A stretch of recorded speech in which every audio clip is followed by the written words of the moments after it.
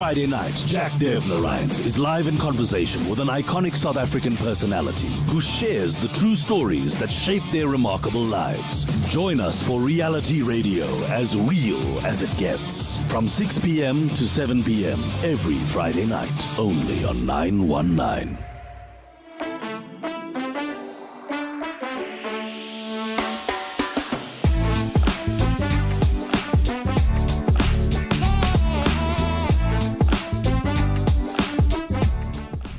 Hey everyone, happy Friday. You're listening to 919. My name is Jack Devnerine and this is Reality Radio. It's as real as it gets. Every Friday night from 6 p.m. to 7 p.m.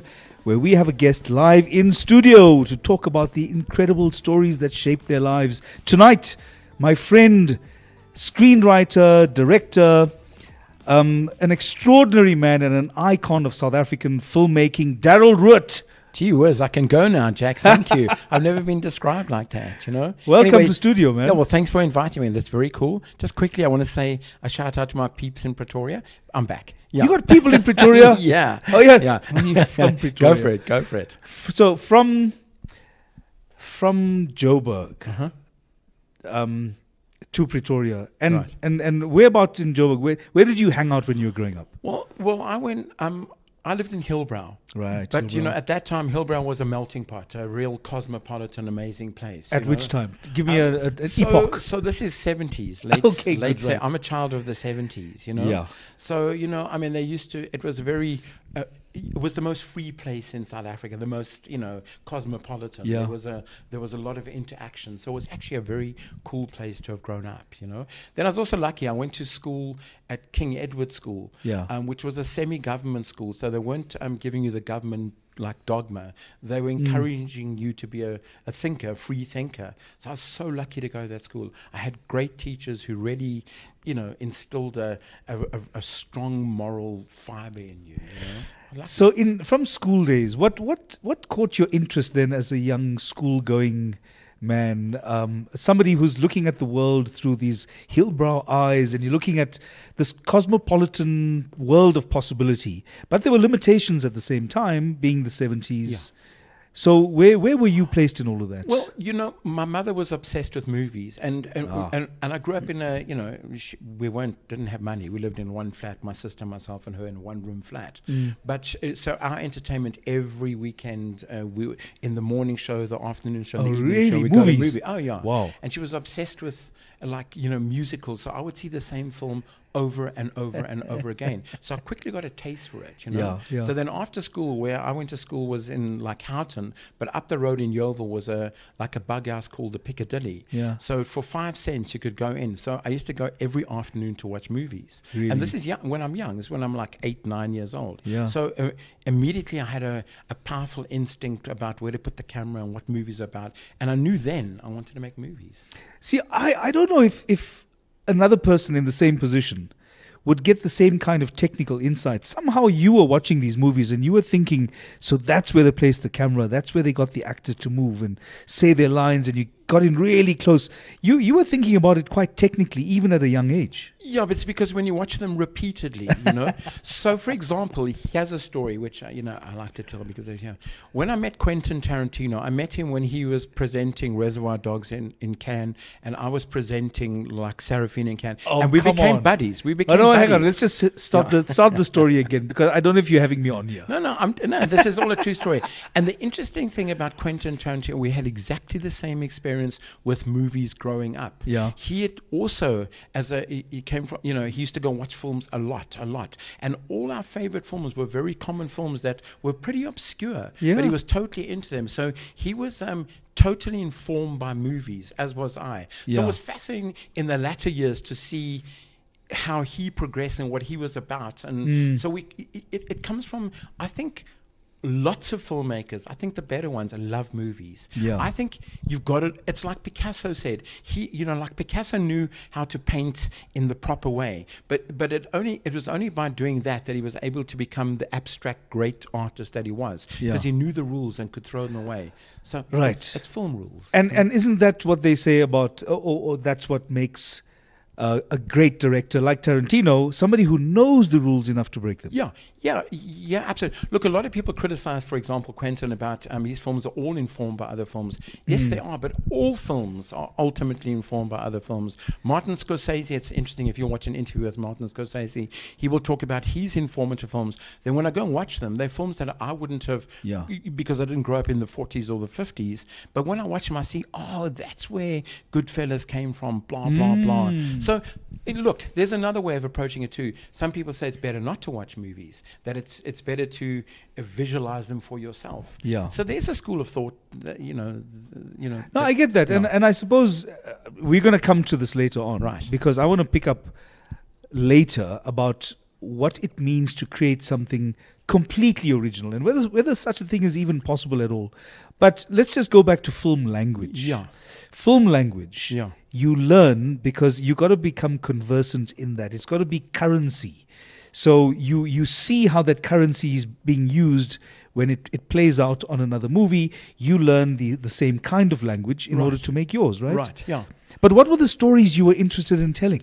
Well, I was growing up in South Africa and in a very volatile time. So even though I was informed by films like Jaws or The Towering Inferno or all these disaster films, which I loved, disasters. But at the same time, I was becoming acutely aware of my environment where I was growing up in. And I thought, wow, why aren't we making these films, So I was young when I was already starting to think that, know. Yeah. So it became confusing for me because on one hand, I just wanted to make car chase films and blow things up. And French Connection. Exactly, Yeah. you know what I mean? But at the same time, I was starting to get pulled in another direction. So it became a bit confusing. And it has confused me my whole career, actually. Really? Yeah, because, I love horror films, But then I also love, intimate dramas. So it's very difficult to peg me. And then sometimes I just don't, I don't know. So I get lost in my own passion for movies. But I love that, though, because I don't think a director should be rooted in one particular genre or one type of storytelling. Yeah. The medium of film allows you to do so much. Yeah. No, look, I think the best directors are the ones who have a univision and they go one way. I think so. Okay, you know what I mean? But I just find it hard to resist. For example, I'm off to go and do a little horror film now. You know what I mean? Wonderful. And I just find it hard to resist because I'm going to go and scare people. What a concept, It's such fun.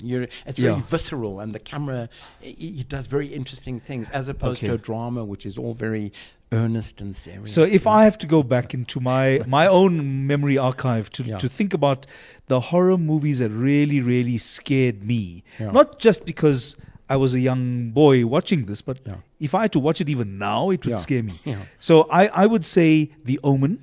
Oh, yeah, very. The Shining. Oh, amazing. Yeah. Oh, both things, seminal films. And I watched The Omen just about 2 weeks ago. Incredible. Really? It holds up beautifully, They don't make those kind of scary films anymore. Now there's just too much blood and too many flash cuts and too much, there's not that genuine sense of, something strange is going down. Something strange is going down. I love that. So, without giving away too much of the movie that you're going to be shooting, where are you going to place this horror movie? Well, this one is a slasher, so this is just people getting killed, and you don't know who's done it. You know what I mean? But love it's that. fun. That they do say that horror films are pure cinema because you're using cinema to scare people. You know what I mean? Yeah. And there's nothing better than when you've made a horror film and you sit in the audience and they all go like this. Wow. That's power of a filmmaker. Is that now a science or an art or a bit of both? They've worked this stuff out by now. Well, they have, but you can keep pushing the envelope in very interesting. Yeah, I know, absolutely. So if you watch some of these found footage films like Paranormal Activity or Blair Witch Project, they're very clever because they're so ordinary, but they're really not. They really get. I remember watching Paranormal Activity in America, and half the audience walked out. They were that scared. They were that scared. Half the audience walked out. They didn't want to sit in that cinema. It made them uncomfortable. And that's interesting for you as a filmmaker, because you're also watching your audience reactions. Yeah, no, exactly. You're playing with your audience. You're 100%. You are manipulating them, because all film is manipulation.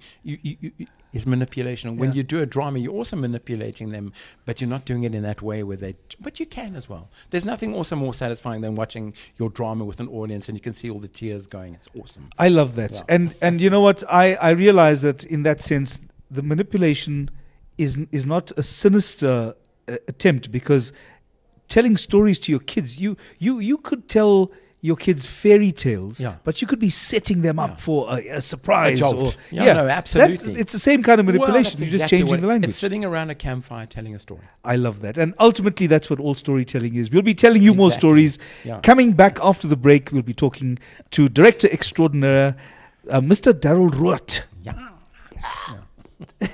Reality radio. As real as it gets. Calling all tech enthusiasts and innovators, Empire Partner Foundation is excited to announce our upcoming hackathon events. Get ready to unleash your creativity and showcase your tech skills. Our hackathons is where innovation thrives. Join us and be a part of something extraordinary. EPF's hackathon events, where your tech dreams come to life. Check out our website for event dates and registration details at empirepartnerfoundation.org. 919 has signed a code of conduct that is enforced by the Broadcasting Complaints Commission of South Africa. Under the code, we are committed to giving news that is accurate, comment that is fair, programming that is not harmful to children and that does not amount to hate speech, or the description of gratuitous violence or explicit sex. If you think we're not living up to that code, you can inform the BCCSA. Direct any complaints in writing to the Broadcasting Complaints Commission of South Africa to PO Box 412365, Craig Hall 2024, or email the BCCSA at napsa.co.za. For more information, visit the bccsa.co.za. We all love a good story. Stories of love and life. Stories that entertain and inspire. And the best stories are the ones that happen to be true. Every Friday night, Jack Devnerine is live in conversation with an iconic South African personality who shares the true stories that shape their remarkable lives. Join us for reality radio as real as it gets. From 6 p.m. to 7 p.m. every Friday night, only on 919.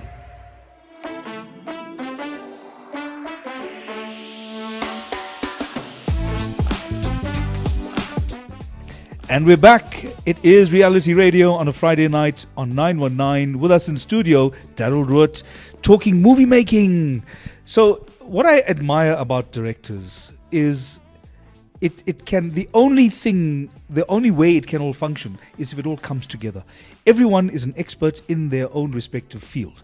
And you've got somebody who's going to light, and somebody's going to pick up the sound, and then you've got these bodies in there who are standing in a certain relation to each other and saying these wonderful words written by the writer. Right. So somehow it has to all come together.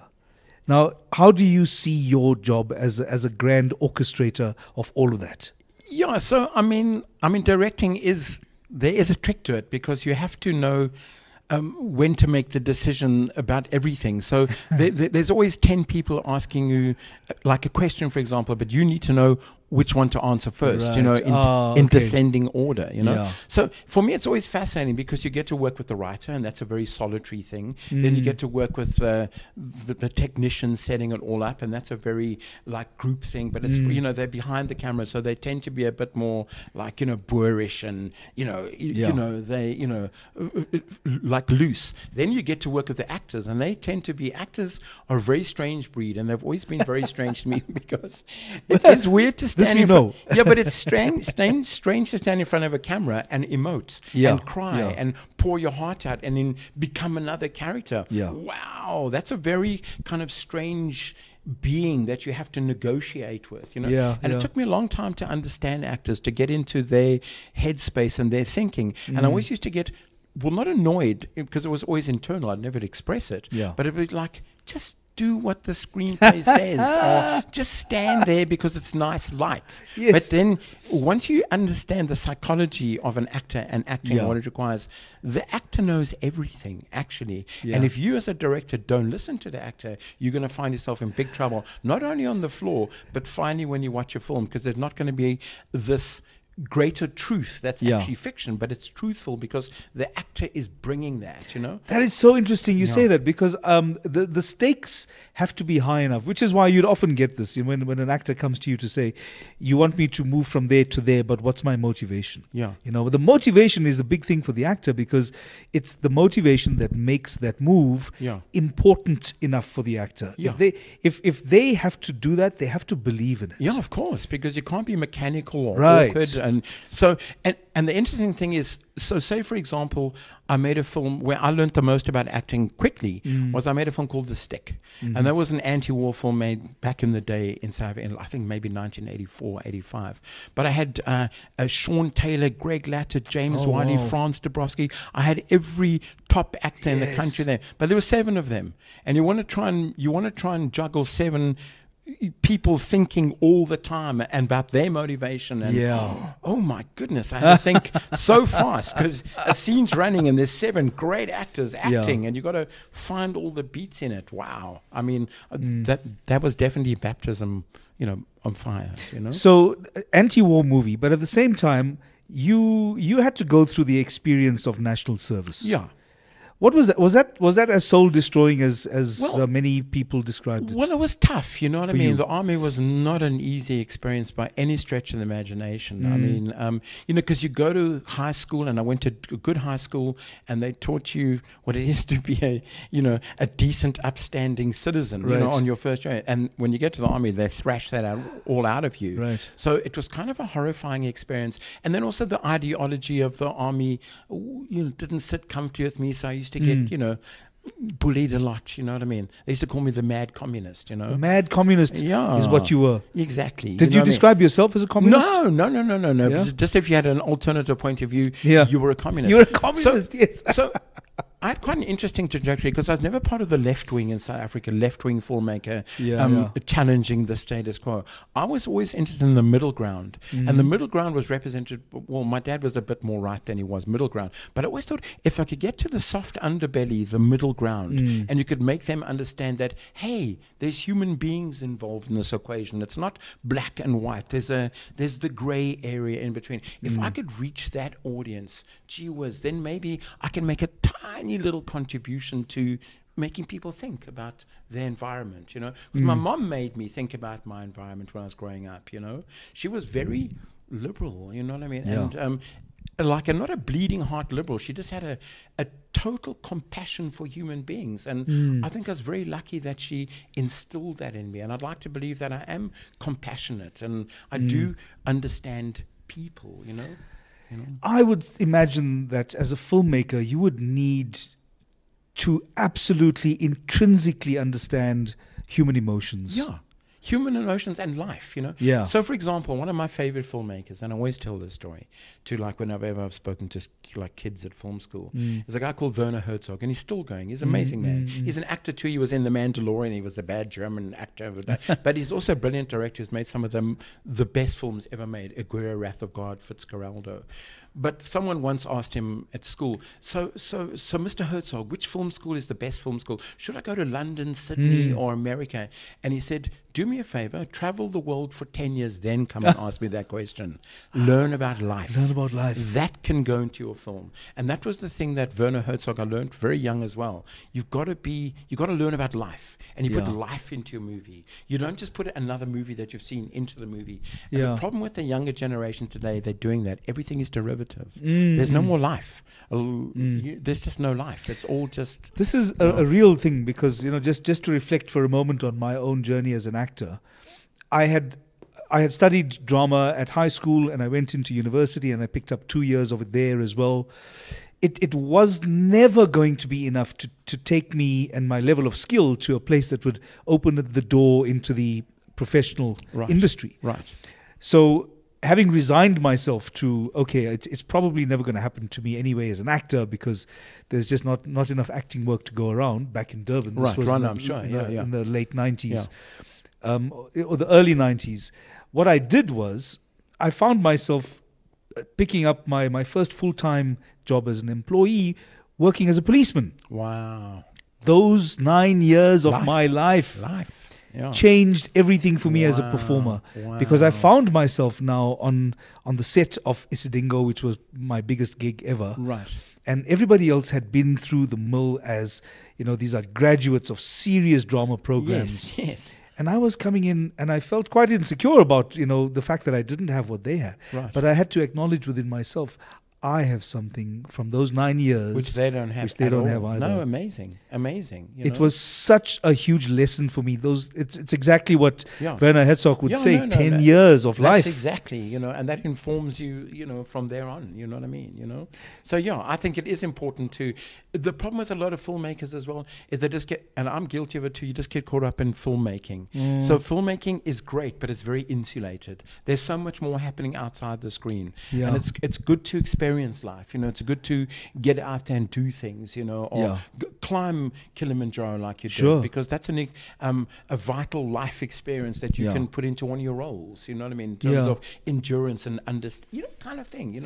So you've always got to be pushing yourself to experience life and not just watch movies. And don't be passive. Life certainly never gives up. So there we are. We'll never stop experimenting. Exactly. And as long as our life adventure continues, we'll be telling new and different stories. Absolutely. So have you done a horror movie before this one? I've done a couple. Yeah. Like kind of less successfully. The one was more successful because I just treated it like seriously and made it hard, and it was a good one. The other one was I tried to make it that comedy horror. Wow, that is difficult. Was that tough? Oh my goodness. Yeah. So to get the tone right was extremely difficult. And what was it like when you come into now you carrying all these years of experience? You're already an established filmmaker, and then you make Yesterday. Well, Yesterday was almost like a return to like roots. For example, that was part of the Mnet initiative of that year, where they chose 7 films to make. My film came in last, and I'll never forget going to that meeting. It was just very weird, where they said, none of the other films we didn't want to make this, but I swear. They're telling you this. They've told me this. But just go and see what you can do. A Zulu film about a woman dying of AIDS. No one's interested. Sure. And that became the seminal South African film up to that time. You know what I mean? And I just had a very powerful feeling for it, that this would be I saw this news item about this woman who had gotten AIDS from the husband. She had contracted it from him. And she had this young child. And all she wanted to do was stay alive long enough to see her child go to school, because she'd never had that privilege herself. This is a deeply rural woman. And I thought, oh my goodness gracious, if that's just not the most astounding story of belief and wanting to live to see your daughter go to school. So I used that as the basis and made a film from that. And ironically, people don't think this. The more parochial and villagey a film is, the more powerful it is universally, because they understand that village life, So they really, it impacts them and it makes them think. So it was amazing for me to travel all over the world and watch Yesterday, from Thailand to America and back again, where it would move these audiences. So wherever you went in the world, people responded the to common that experience. message. They were feeling the same thing. And that's why I think we've strayed for a bit at the moment in this new South Africa, because there was the Johannesburg Film Festival a couple of weeks ago, and I remember reading all the panel discussions afterwards, and 30 years into the new South Africa, they lost. They don't know what to do. And for me, it's so simple. Just look at yourselves, guys. Tell your stories. Instead of trying to imitate American TV series, don't do that. You can do that, but let's do the other stuff too. And then you'll break through on a level that you can't even imagine. That's about being brave, though, hey? Is it really? Isn't it? Well, look, maybe films have changed fundamentally, because certainly when I was growing up, there was a culture of cinema, which was it was electric. We'd go to the film festivals, you'd watch the new Bertolucci, you'd watch the new Werner Herzog, and it would inspire you, and you would have these discussions about it, and it would take you on this epic journey. There's none of that anymore. None of that? No, Really? No. Wow. Not sitting on the couch flicking through Netflix. Yeah. I'd love to make a film about just flicking through Netflix. I want a 24-hour movie where you just flick trying to find something to watch. We'll call it The Flick. Yeah, exactly. Okay, but what was the nomination? Your Academy nomination.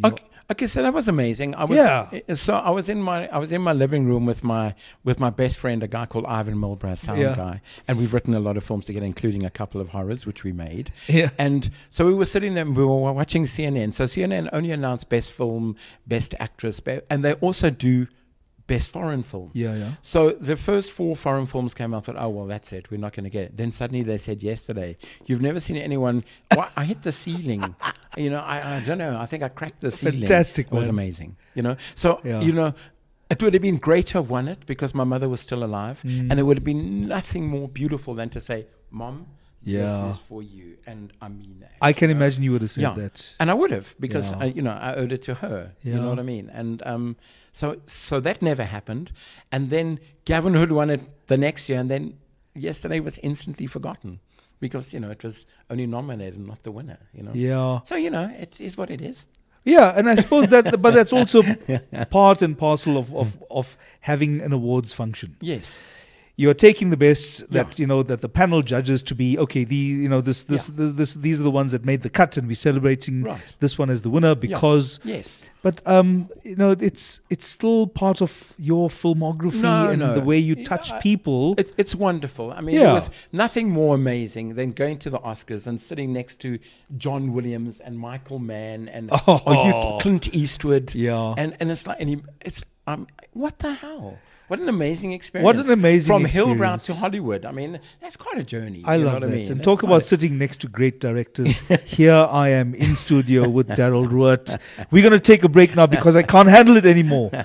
And we'll be back. We're going to talk stories, and there's so much more to cover on Reality Radio. They say nothing ever lasts. But what about the Fast and Furious franchise? Or showing Anaconda 2 for Friday Action Night? Or how Brooke is still forgiving Ridge Forrester like 50 seasons in?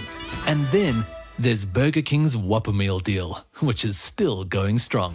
So get your hands on 2 flame-grilled Whoppers topped with the freshest ingredients, plus 2 portions of crispy golden fries and 2 bottomless drinks for only 130 Rand. Only at Burger King, where good things do last. 919. 919. Oh, my sister. Sister, get 7 a.m. traffic. Now a taxi driver is hot on your tail. Beep, beep, beep, beep, beep. Then he passes in the emergency lane and he pulls a finger to you. CB, Iman. Now Mr. Finger is pulled over by traffic police. Come on. And as you drive past, you say it. Yeah? You deserve it, you mummish. Justice. It's a small pleasure, like getting a King value meal. No fingers. From a very small $39.90. Only at Burger King.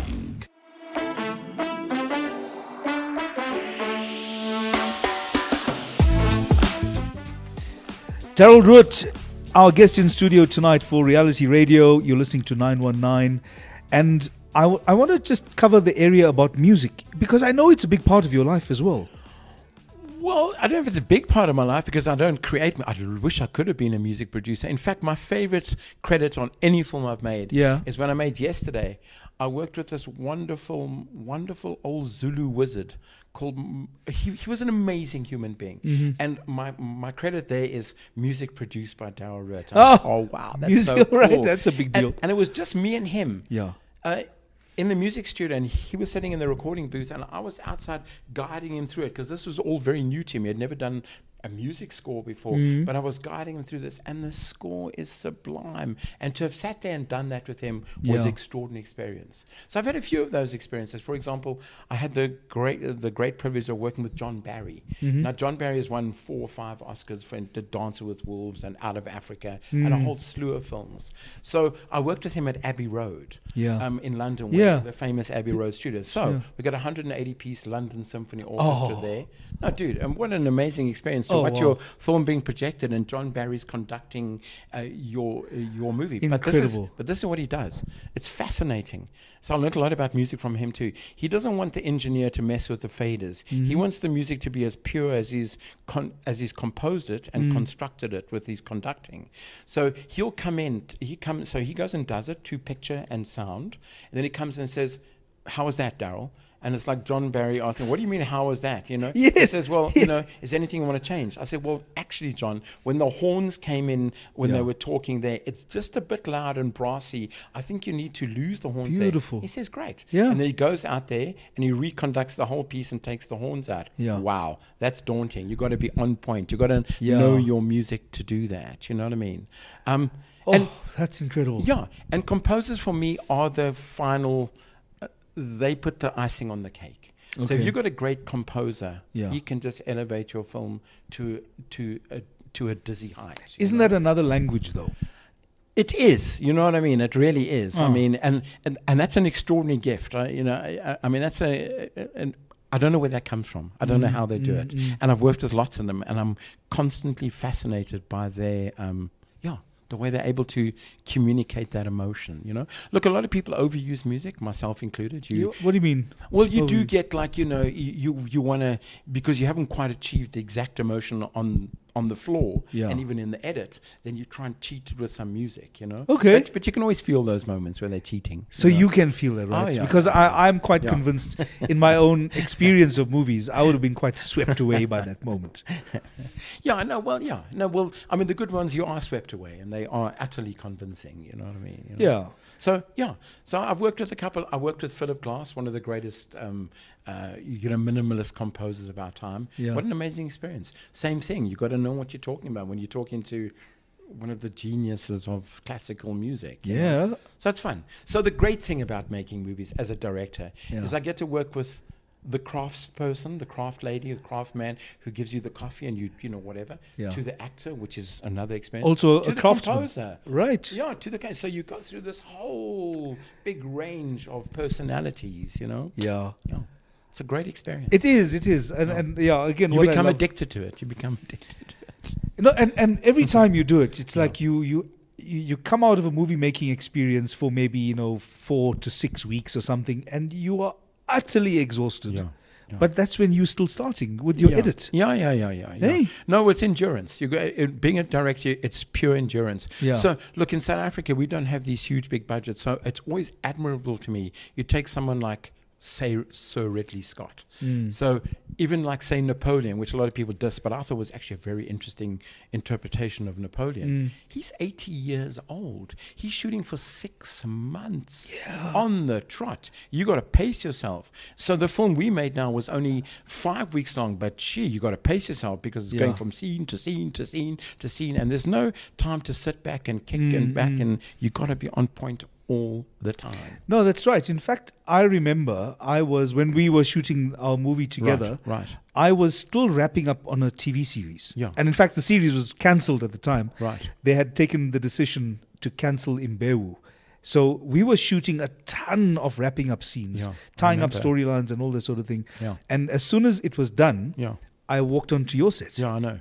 So you had to just switch gears and get into it and go. It's like hardcore. you Funny know? thing though, Yeah. shooting in the world of soapy, you get used to changing those gears quickly. Oh, right. No, absolutely. Yeah, so it can be Absolutely. quite jarring sometimes. yeah, yeah. But it's how you train yourself as Yeah. an actor. Yeah, no.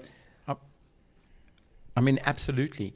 I mean, the interesting thing about you is that as opposed to most soapy actors, and I shouldn't be speaking about them. I'm sorry, I love you guys, you know. But, you know, when I always do my first, like, rehearsal, say with the traditional soapy actors, and I can't blame them because that's the only gig in town, so they do it. And it's also training. You learn acting, up, you know, et cetera, et cetera, et cetera. But it's always after the first rehearsal, look, guys, if you can dial it down by about 95%, we close. Because they're doing a certain style of acting, Yes, which is that's only right. a distant The cousin soapy of world. movie Yeah, acting. yeah. But what is amazing about you is that you come in and you switch that gear fundamentally. There's no soapiness going in what you're doing when you're doing it. It's just like, in fact, it's like, can you just turn it up a bit, Jack? Because it's very minimal, you know. I'm But- sorry, Darrell, caring costs more. Anyway, so I think you switch those gears. Man, beautifully. it's because I've learned Yeah. through many mistakes Yeah. over the years that this medium is slightly different. In so many ways, on soapies, you actually have to tell the story to your audience, and you got to tell it to them in broad strokes. Yeah, you're going to telegraph it to them. And every scene you got to be telling and telegraphing Exposition all the way. all the way. Yeah. And then you get to filmmaking, and you realize that the director is doing this job. Yeah. The camera is doing the other part of the job. Exactly. The edit is going to be doing the other. So I just need to give only enough for them to be telling the story with me. Yeah. So, I mean, my first rule always is when someone is like, overacting, you say, please don't act. Right. Be Right. in the scene. Yeah. Understand what the other character's saying. Yeah. And be in the scene. So when they ask you how you're feeling, you're listening to that question. You're not remembering what the writer wrote. You must be in the moment. It's a difficult thing to do. That's a tough one, and I think really I'd like to drill down into this moment, because it's something I would be telling young performers as well. Know, because there was somebody who came to me on a film shoot just last week, and they said to me, very earnest young performer, and he was the question was an important question for him. And he said to me in all seriousness, do you have any tips about how I can create this character? And I said, no. Well, okay. Because I cannot reduce this to a tip. Yes, I simply can't. Exactly.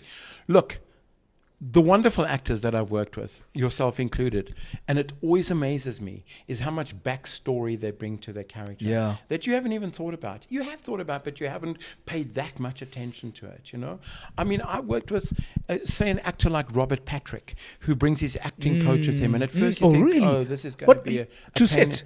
Yes. Oh, wow. And he's there all the time. Wow. And so it was just an action flick for, I think it was for HBO. Yeah. Quite a cool film called Pavement, which is about a track in the wilderness, in the Arctic wilderness, whose sister is murdered, and he comes to track down her killer. But even a simple film like that, Robert Patrick he didn't for 1 second dial it in. He was with his acting coach working it in the trailer, working it. Oh, it was amazing. And so when you turn the camera, what's happening in his eyes, the intelligence, the fierceness, the thought, it's extraordinary. You know what I mean? So, I mean, that's a luxury South African actors don't have. Fair enough. In fact, we don't have the luxury for a trailer either. There we are. You're always sitting under the gazebo and the howling wind, and then that's a story to be told as well. Yeah. So just if I were to ask now, I briefly described this exchange with a young actor who wants to get a start, a handle on the character. Yeah. What would you tell a young director coming into this?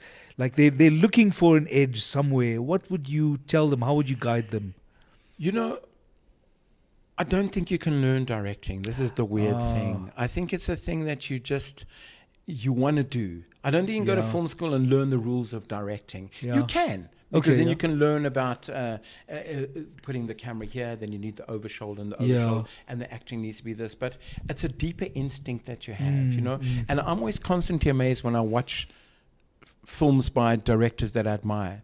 Like, say, for example, a great Australian filmmaker, Peter Weir, who made Witness and Picnic and Hanging Rock and Master and Commander and Dead Poet Society.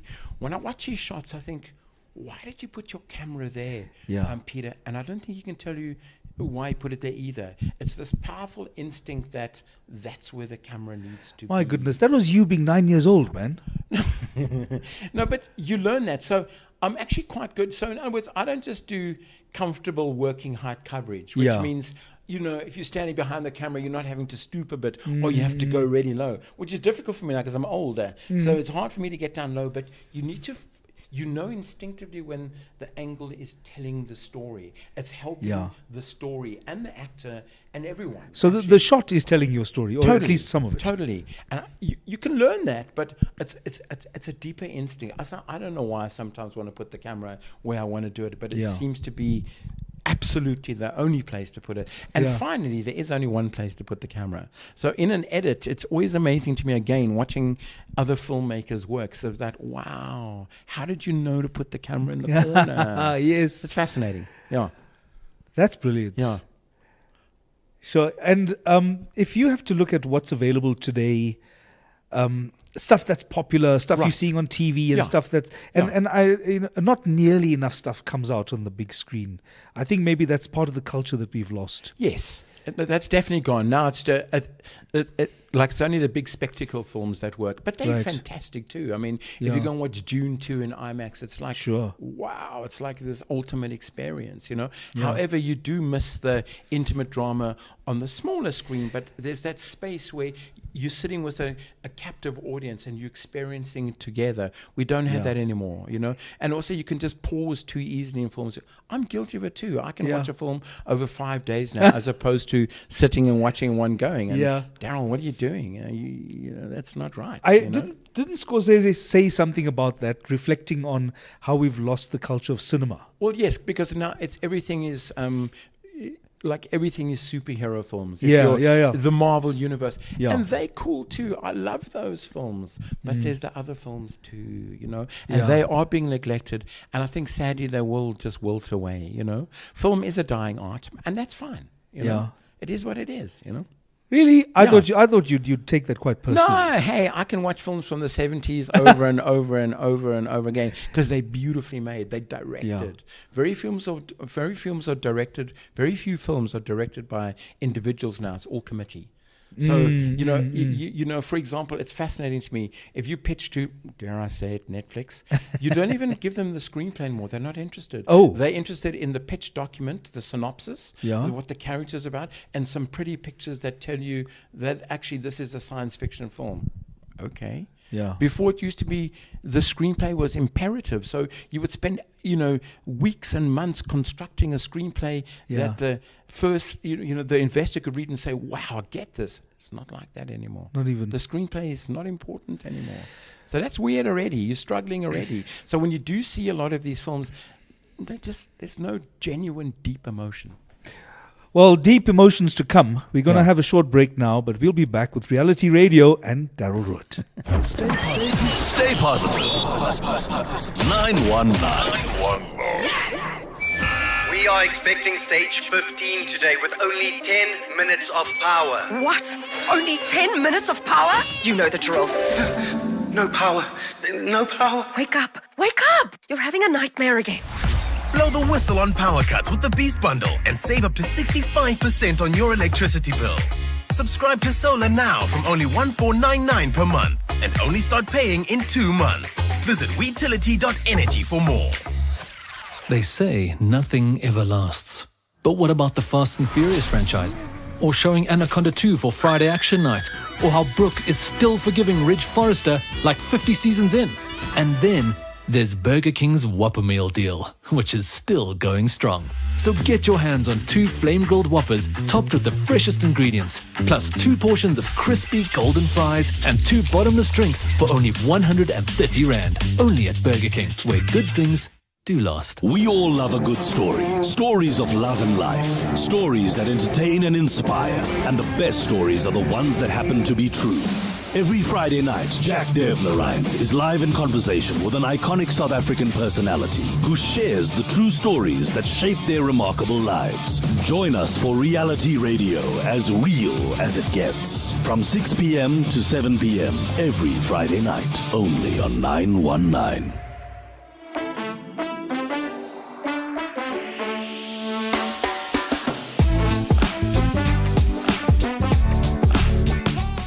It's Reality Radio on a Friday night. You're listening to 919. My name is Jack Devnerine, in conversation with my dear friend and filmmaker extraordinaire, Darrell Roodt. Darrell, we're talking about some very powerful emotions here. Trying to capture them and tell stories with them. What was it like on Sarafina? Putting all that together. Look, Sarafina was a mind-blowing experience on every level. So first I went, and Nan said, we're going to make Sarafina now. It's like, fantastic. This is awesome. So first we go to New York and we watch the kids on Broadway. Yeah. No, it wasn't Broadway. It was in LA. They were playing in LA at the time. So we watched the, fantastic to watch that with a big American audience. Then afterwards you're going for dinner with Muhammad Ali and Little Richard and Quincy Jones. Really? And I'm like 27 years. I was like, what's going on here? Yeah. So to get in on that level where Mbongeni and Game had created this breakthrough masterpiece, you know, and then being invited to direct this for him. Wow. I mean, it was a huge responsibility. I mean, it really was. But I mean, I just approached it with utter passion. And he has an interesting story, and I know from now I'll tell the story. But okay, so I meet the kids, I meet Laletti, fantastic, I love them all. First day of shooting, all they're doing is complaining about craft service. Oh, really? And the food and the cold drinks not cold enough. So I trioed them all on. That's an army expression. I got them all together.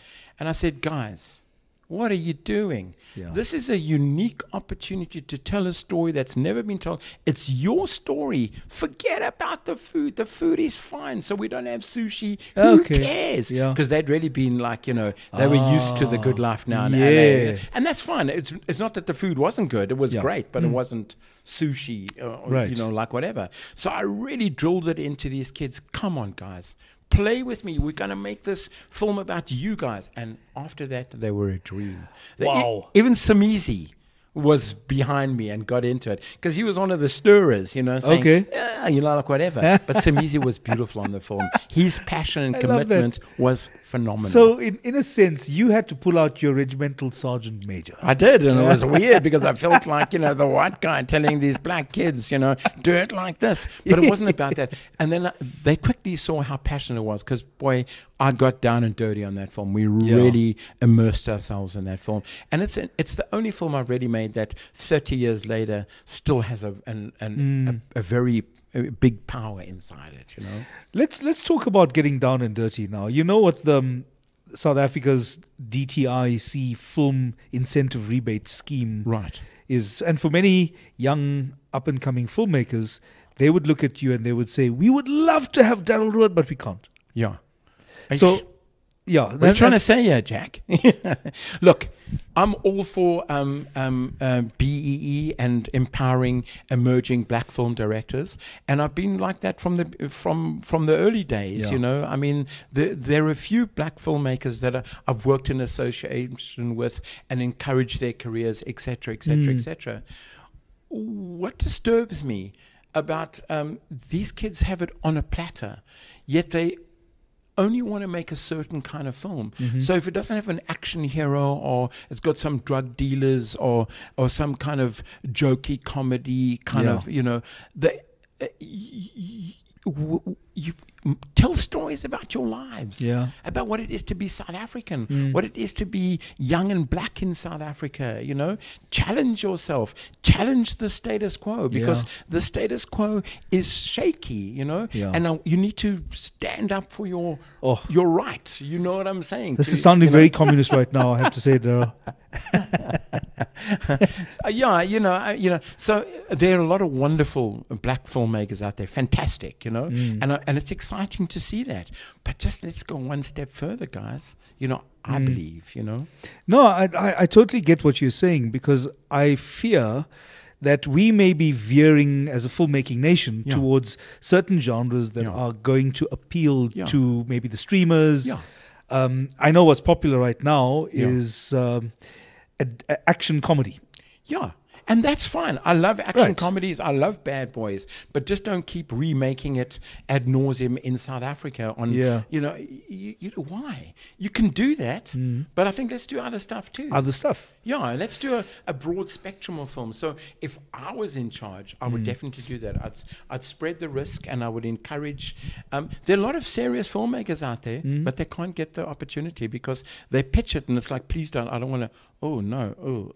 You know, South African fatigue. Oh, I don't want to know about that. Oh no, Steve Biko. Oh, you know, do you know what I'm saying? You know? They just want to make and that's also cool because I love to be entertained as much as anyone else. I love it. I love it when it's just a grand entertainment. But I also like to watch a film that's stimulating. You know? Do you think? And I look at what streamers are doing, and I wonder whether sometimes the idea of diversity, and especially in putting together a cast complement, has that become intrusive? Has that become a feature unto itself?